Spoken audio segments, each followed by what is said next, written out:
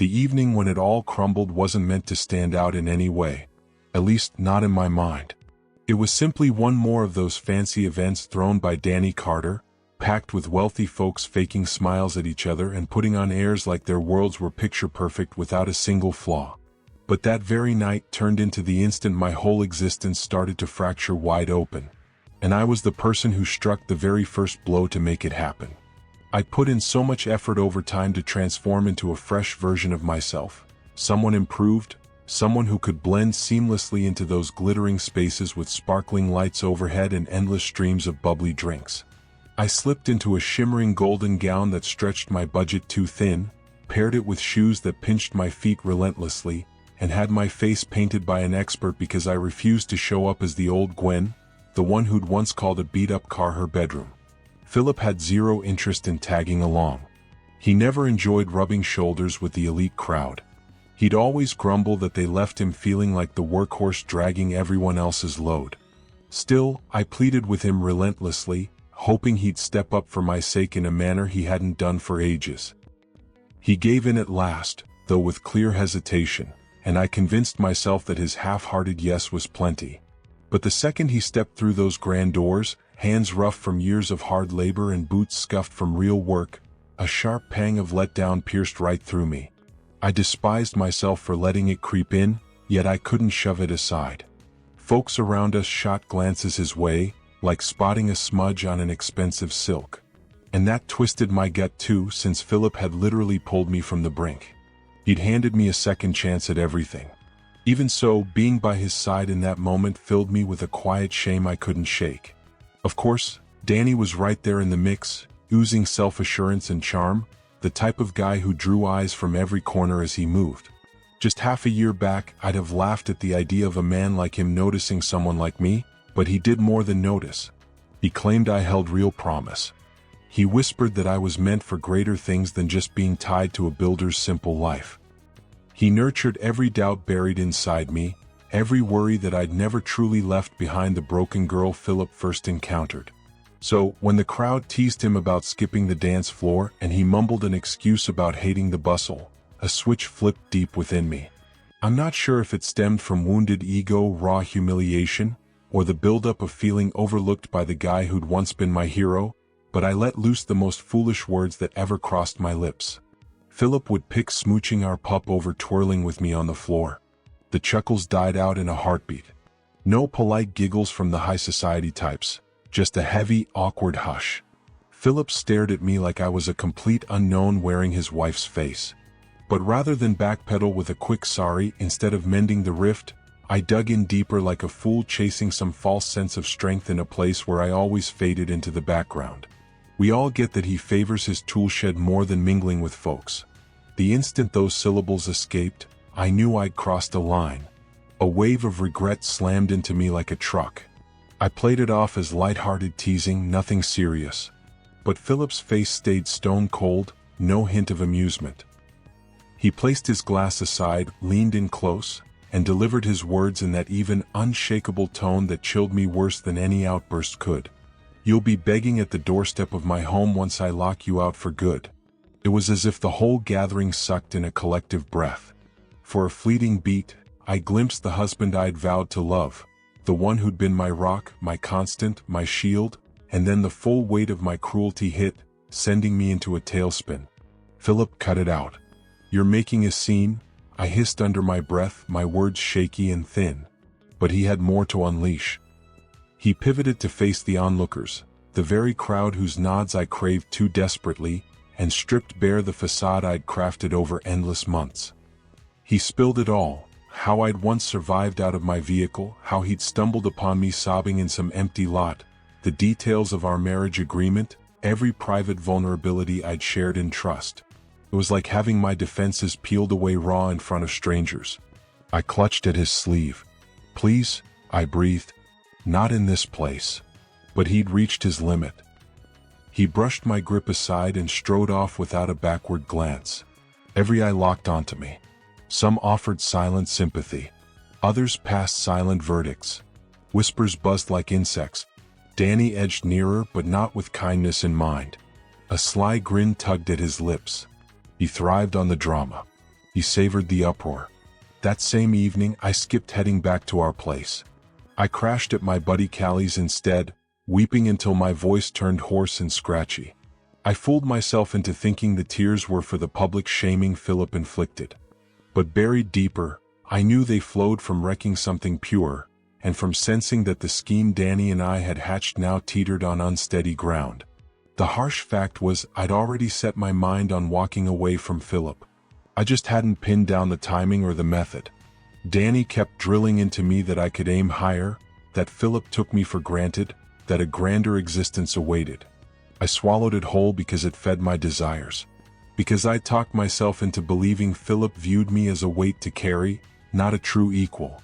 And that binding prenup, it spelled out clearly, any infidelity meant I walked away empty-handed. And yes, I crossed that line already. But Danny sketched out a strategy.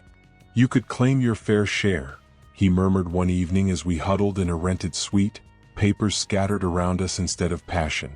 "We simply need to paint Philip as the one who caused emotional harm, who kept you under his thumb, who chipped away at your worth." I should have bolted right then. I should have shut it down flat, but memories of the penniless girl I'd been flooded back. And that terror skewed every choice I faced. We consulted with attorneys. We began piecing together so-called proof. We even had a discreet appraiser scope out Philip's property, the home he'd constructed brick by brick with his bare effort. Danny sold me on the idea that ruining my rescuer was the sole path to safeguarding my tomorrow. And shamefully, I went along with it. A couple of days post-party, Philip appeared at Callie's doorstep clutching a bouquet of roses. I never saw that coming from him. Philip wasn't one for floral surprises. He shied from grand displays. He didn't beg or plead. Yet there he stood on the threshold, worn out and clearly aching inside, offering those blooms like they were his final lifeline. Callie swung open the door. Philip requested a moment with me. A fissure opened in my heart. A soft voice inside urged, "Perhaps there's still a chance to hold on." I made my way out to the porch.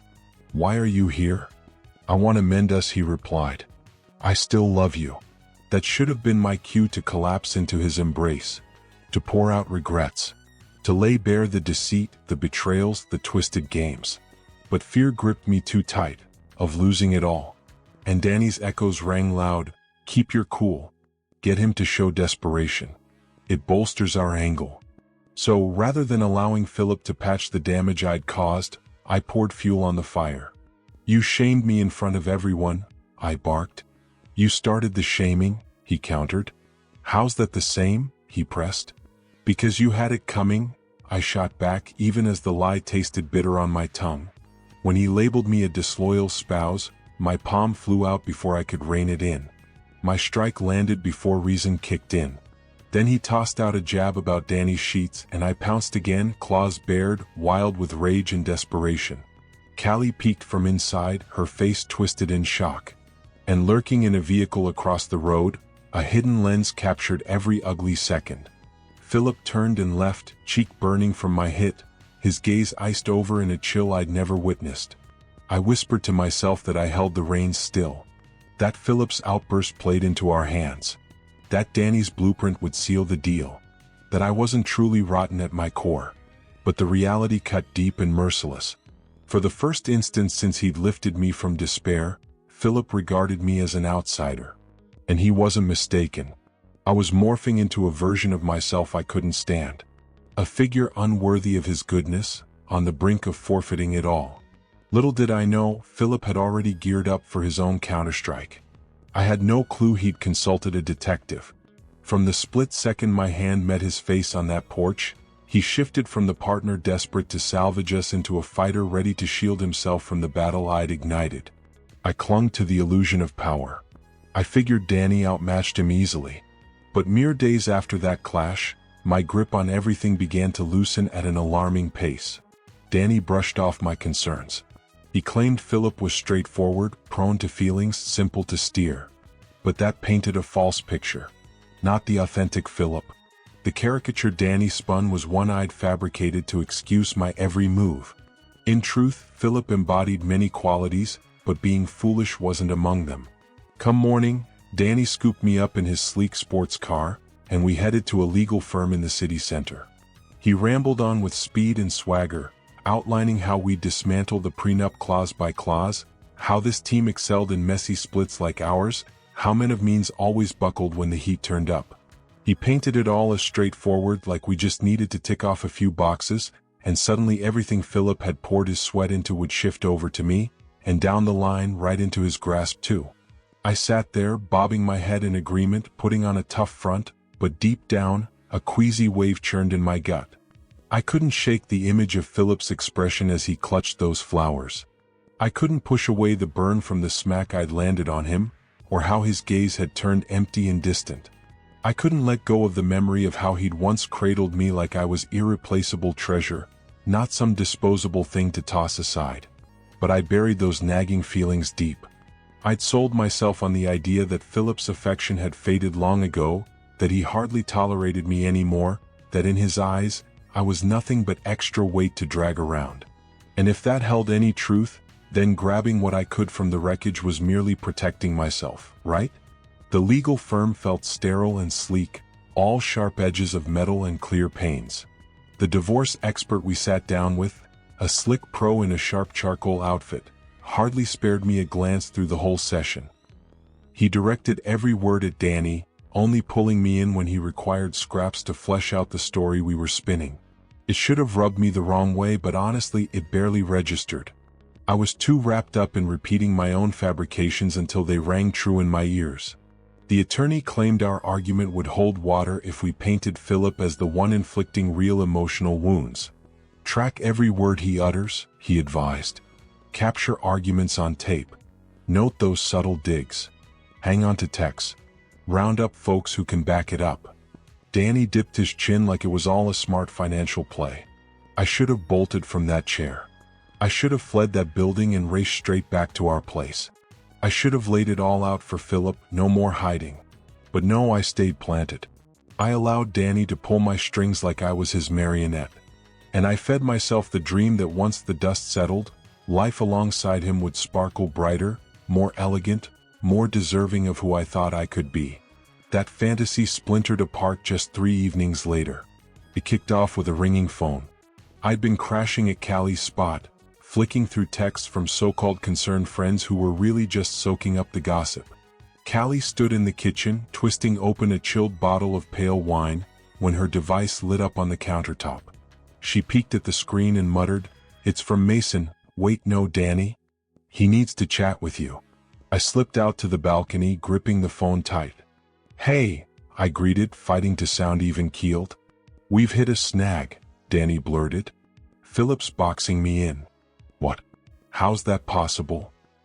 He rang my work line, pushing for a sit-down, framing it as business talk. "He's setting a snare." My insides knotted up tight. "So what's the move?" "He's pushing for a meet at one of his build sites tomorrow after dark." "He knows?" I breathed out. "Yeah, he's onto us. Give him more credit, he's sharper than you think." A bite edged into Danny's words that set me on edge. "What's our next step?" I pressed. "We hold the course. Paint him as off the rails. Keep your space. Zero chats unless it's critical."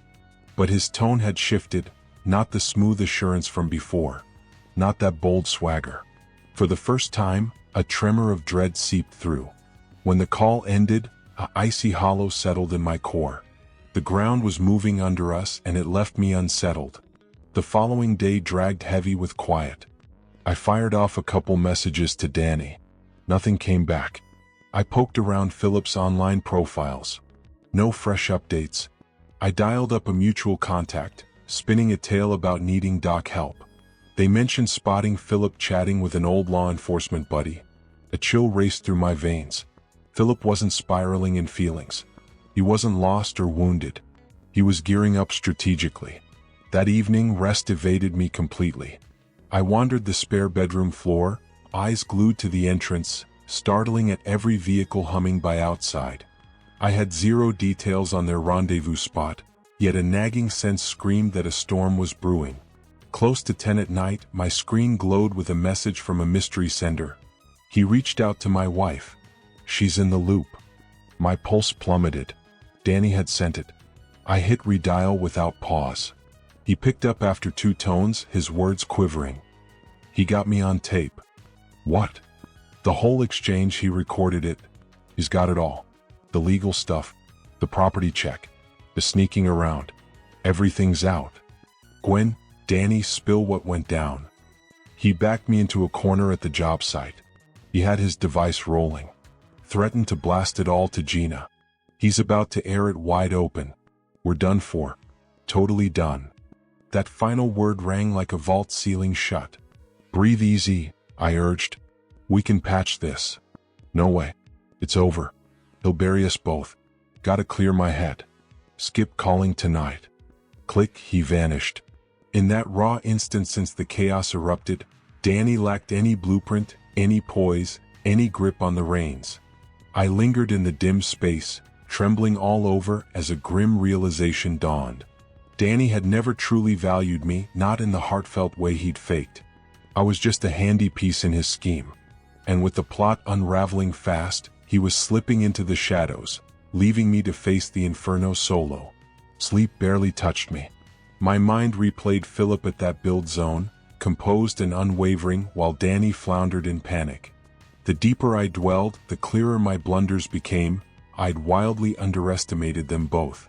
Come dawn, Callie nudged me awake, thrusting her display right up close. Oh Lord, Gwen. Check this out. Images flooded the feed. Clips too. Rumors already bubbling up across the web.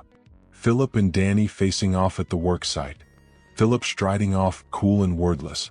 Danny dusted in construction grit. Danny wide-eyed in terror. And one caption that gutted me, seems Philip Quinn's dropping the silent act. Dizziness washed over me.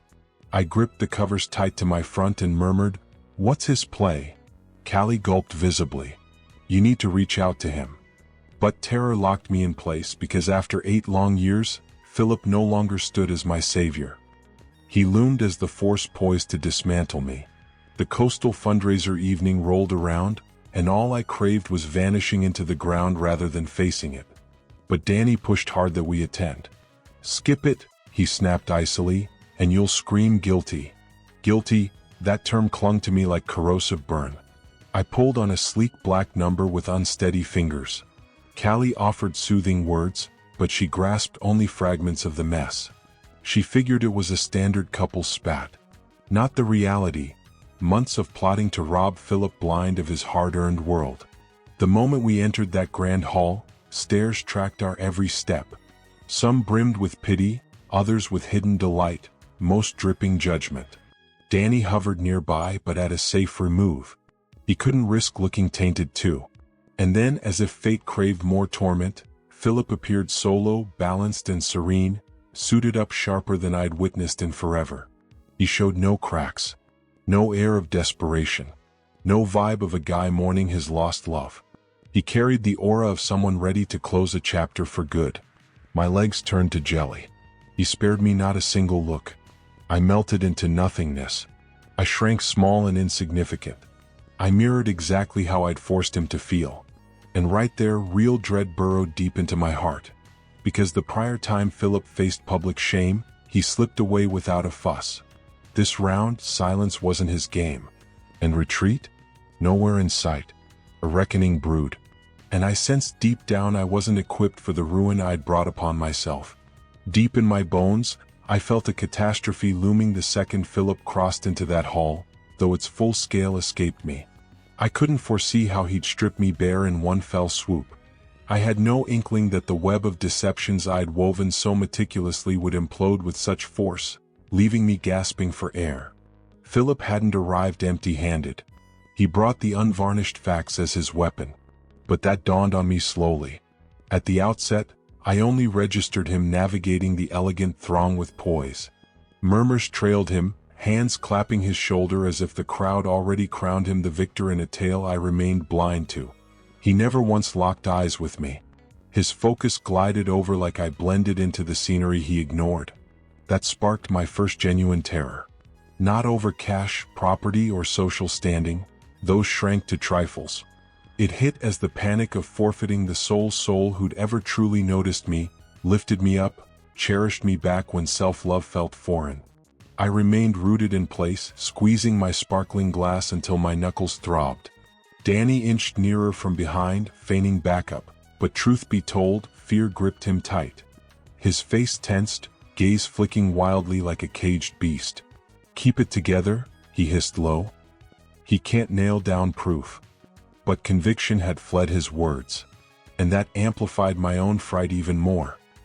He made the whole scheme seem so effortless, as if we only had to follow a handful of simple moves, and before long, all that Philip had labored so hard to create would land squarely in my lap, and ultimately slide right over to him as well. I kept listening closely, dipping my head in fake agreement, acting like I had it all together, but beneath it all, a nauseous twist gripped my stomach tight. I just couldn't wipe away the memory of Philip's pained look while he gripped those blooms. I couldn't shake off the sharp regret from the blow I'd dealt him, or how his expression had drained of any light.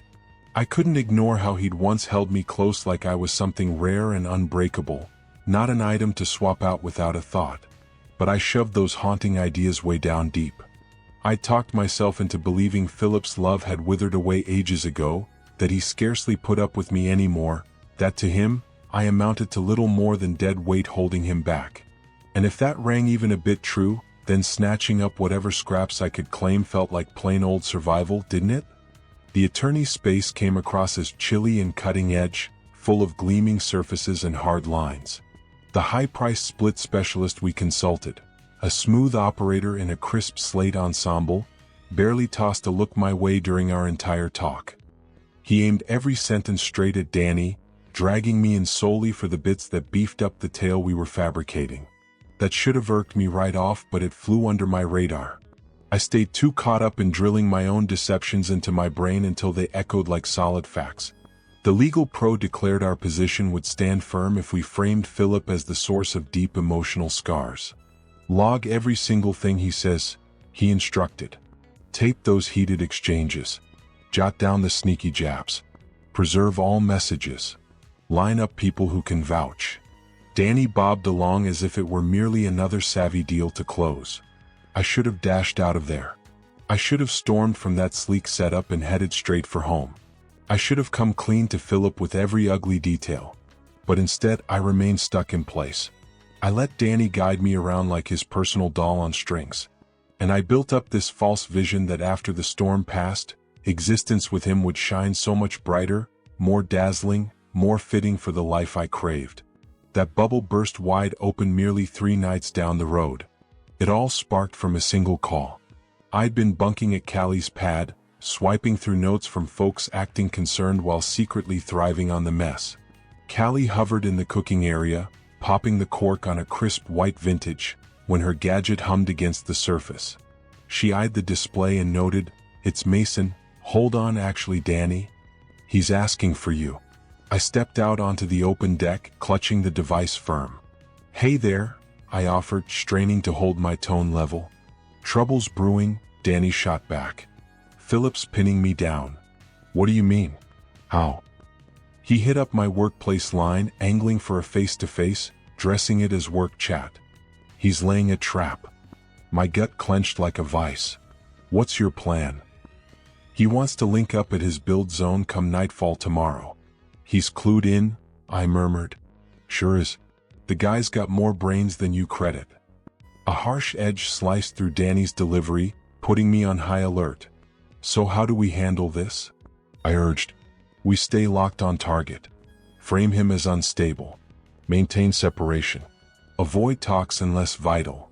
But something had changed in him, not the easy confidence from earlier, not that bold front. For the very first time, unease cracked his facade. After disconnecting, a frosty void bloomed right in my center. The tides were turning and it left me rattled. The hours that followed hung thick with hush. I pinged Danny a pair of texts. Silence in return. I scanned Philip's online spots. 0 fresh shares. I rang a shared acquaintance, weaving a yarn about document aid.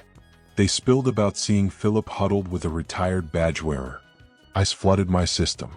Philip showed no wild emotions. No confusion swirling. No visible wounds. He was methodically readying himself. Sleep dodged me that whole evening. I roamed the extra sleeping space, fixated on the doorway, flinching at each passing engine roar. I lacked any clue on their meetup location, but intuition blared that a fracture was imminent. Near 10 in the evening, my display flashed with an alert from a strange contact. He contacted my spouse. She's aware. My rhythm sank like stone. Danny's handiwork. I dialed him back in a flash. He connected after 2 chimes, his speech wobbling. He captured me on record. Say what? Our full talk, he taped it. He's holding every card. The attorney meetings. The house valuation. The secret romps. All of it exposed. Gwen, Danny, break it down for me. He ambushed me at the location. His gadget was capturing. Warned he'd forward the lot to Gina. He's set to broadcast it all. We're toast. Utterly toast. That term boomed in my skull like a barrier crashing down. Ease up, I coaxed. We can salvage this. Forget it? No chance. He'll crush us flat. Need space to plot. Hold off on calls tonight. The line went dead. For the initial stretch since this nightmare kicked off, Danny owned no strategy, no bold stance, no command. I hovered in the shadowed chamber, quaking through and through as a dreadful epiphany struck. Danny had never cherished me genuinely, not in the sincere mask he'd worn. I served as an easy token in his ploy, and with the scheme crumbling swift, he retreated to safety, abandoning me amid the blaze. Rest scarcely grazed me. My thoughts looped Philip at that work area, poised and resolute as Danny fumbled in frenzy. The further I pondered, the sharper my errors appeared. I grossly undervalued them both. At daybreak, Callie roused me, jamming her screen close. Good heavens, Gwen. Take a peek. Pictures swarmed the view. Footage as well. Buzz already simmering through digital spaces. Philip squaring off with Danny at the build spot. Philip departing firm and mute. Danny coated in powdery debris. Danny frozen in fright. And a single line that shattered me, looks like Philip Quinn's shedding his low-key vibe. A wave of lightheadedness hit. I clutched the bedding snug to my torso and breathed, what's he aiming for? Callie drew a tough breath. Time to confront him. But sheer panic pinned me down, for after those 8 years, Philip no longer played my rescuer. He emerged as the power capable of unraveling me. The seaside benefit gala dawned, and my every instinct begged to burrow away instead of facing it. Yet Danny demanded we appear. Bail out, he clipped frostily, and guilt will scream from you. Guilty, that label seared my flesh like venom. I donned an ebony ensemble with jittery palms. Callie aimed to ease my nerves, but she held mere slivers of the truth. She pegged it as routine spousal tension. Not the grim fact, endless weeks scheming to plunder Philip's earned empire. Right as we crossed into the opulent venue, gazes latched on. Some laced with compassion, others with sly joy, the bulk heavy with scorn. Danny lingered close by, yet distant enough. He shunned any whiff of blame too. And then, like destiny hungered for extra agony, Philip entered unaccompanied, even-keeled and composed, garbed finer than I'd recalled in ages. No signs of fracture. No desperate edge. No aura of a soul grieving his mate. He projected the essence of a man geared to seal a fate. My balance faltered. He granted me no notice. I dissolved into irrelevance. I dwindled to tiny and overlooked. I echoed precisely how I'd compelled him to endure. And in that beat, authentic terror rooted firm in my core. For the earlier instance Philip tasted public disgrace, he faded off soundlessly. This cycle, quietude escaped him. An evasion? Not on his agenda. A storm gathered. And I knew in my depths I lacked armor for the havoc I'd invited with my choices. In my core, I sensed doom brewing the instant Philip breached that hall, though its magnitude eluded me. I couldn't predict he'd dismantle my world in one swift evening. I had no foresight that the tapestry of falsehoods I'd crafted with such care would erupt in fury so intense, robbing me even of breath. Philip arrived not bare. He wielded raw honesty as his blade. Yet that clicked for me bit by bit. Initially, I merely noted him gliding through the upscale assembly with assurance. Hushed voices chased him, palms landing on his shoulder like the group had already deemed him the champion in a narrative kept from my ears. Not a single time did his sight meet mine. His attention skimmed by as though I merged with the unseen backdrop. That ignited my inaugural true dread. Not over funds, dwellings, or rank. Those paled suddenly. It surged as the horror of squandering the lone individual who'd ever genuinely perceived me, hauled me from despair, adored me prior to my grasping self-affection. I lingered immobilized, clenching my bubbly vessel until my digits ached. Danny edged tighter from the rear, mimicking solidarity, but in essence, dread consumed him. His features strained, vision darting frantic like an ensnared creature. "Hold steady," he breathed. Proofs beyond him. But assurance had deserted his speech, and that ramped my own alarm higher still. I yearned to bolt from there. Every fiber in me yelled to slip away before the axe fell. But my ego, the very one that had torpedoed it all, anchored my soles to the glossy tiles. The glow softened for the benefit presentation. Folks offered courteous applause, bracing for the typical dull talks. But prior to the host wrapping his donor thanks, Philip advanced toward the platform. Mild astonishment morphed into low murmurs. The leader attempted a block. "Excuse me, sir." Philip claimed the mic from his grasp as if it were his by right. He positioned himself front and center, serene, poised, and achingly firm. "A few of you recognize me," he declared. "The rest likely don't. I'm Philip Quinn." My pulse raced double time. Head swiveled my way. They sensed the undercurrent already. Philip's delivery held steady, no waver. Mine would have crumbled to dust. A fortnight back, my spouse Gwen shamed me at an event plenty of you joined. She branded me dull, foolish, detached from her world. She turned our union into fodder for laughs. Heat scorched my cheeks. Stares pierced through. I willed myself to vanish into the cushion. But that barely scratched the surface, he pressed on. While she mocked me openly, a grander scheme brewed in the shadows. My insides coiled so fiercely I feared blacking out. Philip flipped open a sleek binder and the cascade began. "Behold," he announced, raising the initial snapshot. Gwen alongside Danny Carter in a suite, not tangled in passion? No hatching plots. Gasps rippled out. Danny's complexion blanched. Blood fled from my limbs. They huddled with legal minds, gearing to dismantle our binding pact, to label me as the emotional wrecker so they could seize my residence, my venture, all I'd forged from scratch. "No," I mouthed silently, soundless. Here Philip brandished another sheet. "Is the valuation doc for my property, commissioned by my wife in secrecy." A spectator rose for a nearer peek. Danny hissed, "Pure fabrication. All bluff." Yet his timbre quivered. Philip's focus stayed on the assembly, never once drifting to me. "And observe," he added, drawing his device, a capture of Danny spilling the beans. Before reactions could form, Danny's audio boomed through the space. "She claims coercion on the signature." Pack tossed aside. "She claims 50%. Then we stripped Philip bare. Outcries erupted, murmurs swelled, fingers jabbed. Danny lurched up, but his legs betrayed him. The throng hemmed him in, and there I perched, quivering uncontrollably. Each self-deception I'd clung to unraveled in a frenzy. Yet Philip pressed forward. He recited texts Danny fired my way. He bared each rendezvous, each covert exchange, each gritty detail.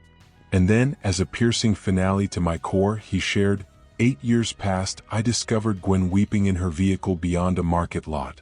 She wandered without shelter, adrift, terrified. I welcomed her in. I offered her the world, and she schemed to plunder mine in exchange.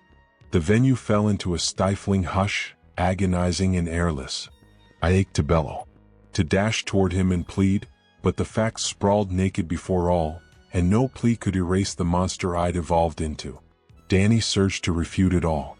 He dubbed Philip a deceiver, charged him with orchestration. But midway through, his spouse Gina rose from her spot, dossier clutched tight. She burned not with mere fury. She erupted like magma. "Spill on your side flings, Danny," she boomed. "Confess the ladies you exploited for inside scoops." Titles cascaded from her like flames. spouses of influential figures, deals tainted by betrayal. Several gents in attendance leaped up, seething pure wrath.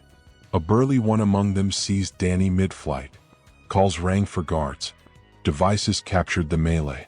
Authorities summoned, and amid the turmoil, Philip serenely sealed his binder, passed it to the event MC, and departed the dais as casually as concluding a talk on kitchen upgrades. He spared me no glance, not a flicker. I aimed to pursue, but Callie latched onto my limb. "Hold back," she urged softly. "Not in this moment. Not post this." Law enforcement rolled in swift. Danny got marched out, hollering. His wife hurled her band at him prior to exiting with her counsel. Press hounds swarmed the exits. Folks muttered my name like tainted refuse. I lacked a mate, a secret lover, companions, backers, any fallback. In 2 days flat, the tale engulfed half the town, far from the gloss I'd hoped to spin. The split raced through. Philip skipped the shouts. No debates. No haggling. He merely presented the pack to the bench. I'd strayed. I'd conspired. I'd shattered the terms. I emerged with zilch beyond my wardrobe. Danny faced cuffs. His empire crumbled. Claims stacked from every angle. Callie and Jade cut my line. Passers-by hissed whispers. In 7 days, I reclaimed my vehicle as shelter. The loop I'd vowed to escape forever. And the cruelest twist, I'd engineered it myself.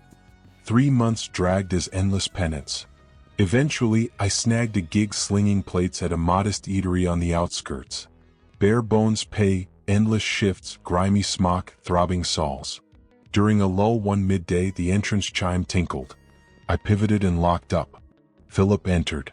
He appeared renewed, tougher, more joyful. Existence had favored him while grinding me down. My lips parched. My grip shook so fierce I nearly fumbled the brew carafe. He claimed a seat by the glass, the exact nook I'd favor for our weekend morning meals. I approached, my ticker pounding thunderous. I figured he might catch the echo. "Philip," I breathed low. "I beg you, speak with me." No grin crossed him, no acknowledgement, no welcome. He just stared at me with that peaceful emptiness, a look that cut deeper than any outburst of rage ever could. "Please forgive me," I stammered, my voice breaking apart. "I made such terrible mistakes. I threw away everything we had. I wandered so far off course. I can't even see myself in the mirror anymore, that stranger I became. I'm truly heartbreakingly sorry." He kept his eyes on mine for what felt like an eternity, and in one brief flash, I caught a glimmer of something. Maybe a touch of grief, maybe a faint whisper of what we once shared, but it slipped away in an instant. Finally he spoke, his voice calm and level. "What can I get for you, ma'am?" Those words stabbed right through my soul like a blade. "Just coffee," I whispered softly. He gave a simple nod. No warmth at all, no spark of connection, no hint of gentleness. I poured into his cup. My arms trembled so fiercely that the container nearly tipped over. From that point on, he never glanced my way again, not for a single second. When he was through, he placed bills on the counter, a tip that went well beyond the cost, but it carried zero compassion or grace. He left the spot without a word of parting, without even turning back once. And in that quiet aftermath, the very last flicker of hope deep inside me dimmed and vanished gently into nothing. Philip had pulled me out of desperation on the streets back then. Now he'd broken free from the hold I had on him, and finally, it all clicked for me. Some heartbreaks we bring right upon ourselves. Certain pains linger on forever, etched into our days. And some people only shatter a single time before they rebuild unbreakable. Philip had shut me out completely for keeps. If this tale gripped your heart or sparked some deep thoughts, smash that like button to let us know, hit subscribe on Dark Infidelity Stories for even more chilling real-life confessions, and share this with a friend who might need the wake-up call. Your support keeps these raw stories coming to light.